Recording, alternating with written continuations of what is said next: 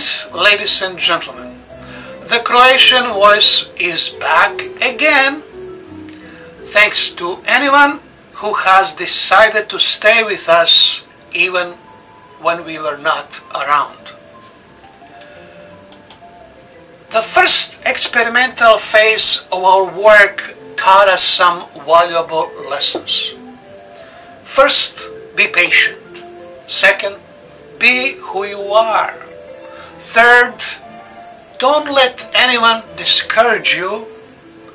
In short, we are planning to stay here for a long time. From now on, we will have more postings, more videos, more discussions, reviews, and comments. Mostly about Croatian issues, but we need variety as well. So there may be some topics in the future which will not be directly associated with Croatian events, but could be important to general population, Croatian or non-Croatian. Also, the Croatian voice will be strengthened by some new elements. The most important one, news in Croatian language. So please stick with us, check our website more frequently, call us and write to us. Your opinions and comments may be posted on the Croatian Voice as well.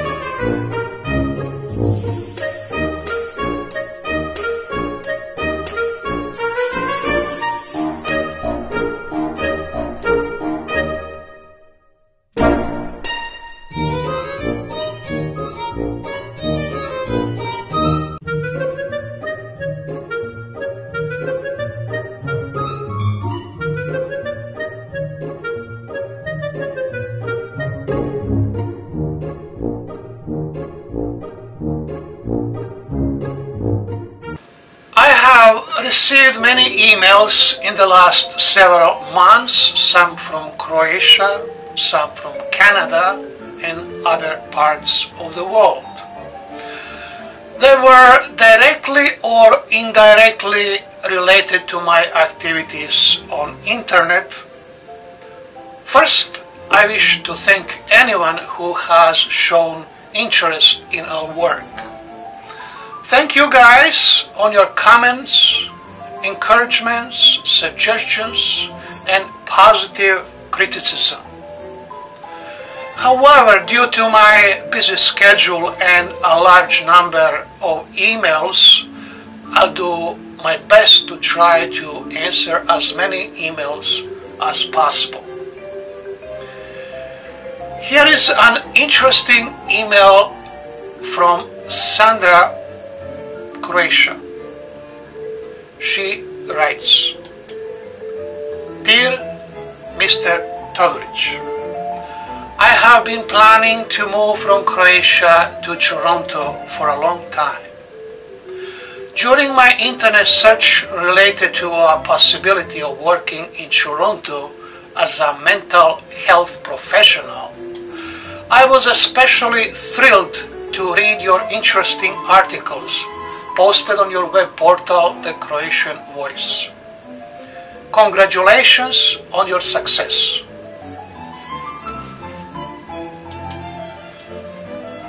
Since my educational credentials were properly evaluated and recognized by the province of Ontario, I am planning to find a job and pursue my career goals in mental health field in Toronto.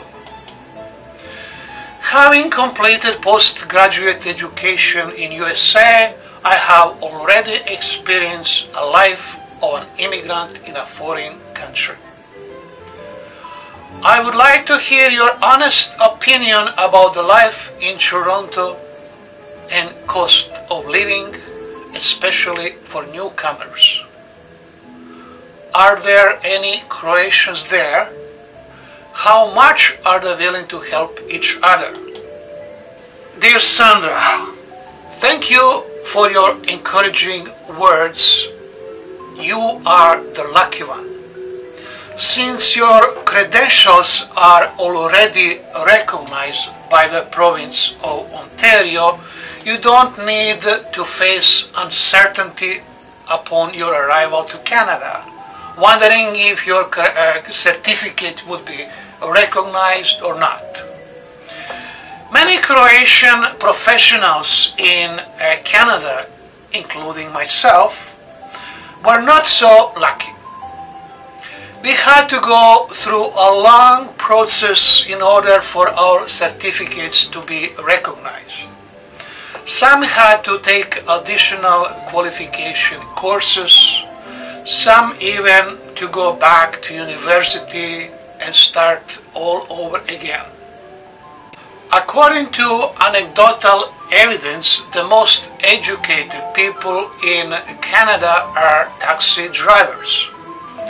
Mostly foreign-born professionals, doctors, engineers, teachers, or lawyers, whose professional credentials were not recognized by Canadian institutions for a variety of reasons.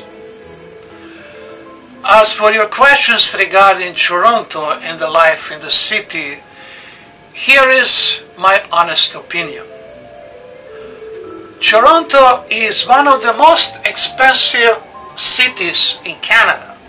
Also, it's one of the most diverse cities in the world, the miniature United Nations, with its unique strengths and weaknesses. The life in the city can be as exciting as in any metropolis in the world. Also, some parts of the city are better than the others in terms of overall quality of life. In short, Toronto has its advantages and disadvantages. Some people think it's a paradise, while the others, especially jobless and destitute immigrants, see it more like a hell. My opinion, neither hell nor heaven. It's more like a perpetual purgatory where citizens of Toronto tend to accommodate themselves within their own social or ethnic lines rather than seeing themselves as integral parts of a bigger Canadian landscape. As for our Croatian people, we have also made our presence in the city, particularly in its surrounding areas, Mississauga, Oakville, Brampton, Oshawa, Norval, Kitchener or Hamilton. Toronto was home of our first Croatian bank, Toronto Credit Union, first Croatian school, first cultural, religious and sporting associations. Like any other immigrants in Canada, we Croatians have also established our own enclaves in Toronto.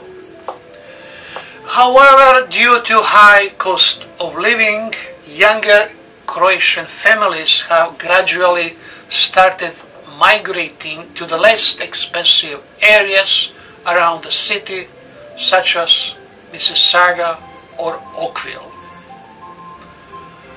These localities usually offer more affordable housing and less crowded streets. Even though they are not incorporated into the city of Toronto, they are still considered part of the greater Greater Toronto area. Now, your question, Sandra, are Croatians willing to help each other? In general, yes. However, we are not as united now as we used to be before the establishment of the Croatian state.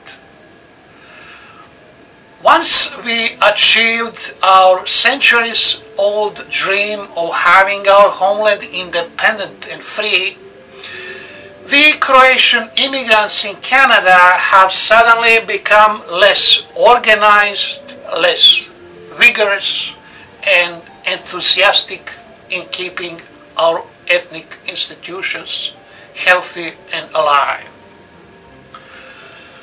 A sense of disappointment in the current political parties in Croatia is certainly instrumental in this negativistic approach. Laziness, grumpiness, and I don't care attitude became our ordinary gospels. Despite this lack of enthusiasm, we Croatians are ready to help to anyone, especially our people, new immigrants. Therefore, if you, Sandra, knock on the door hard enough, it will open to you. Just be patient and have faith. Thanks for watching. God bless.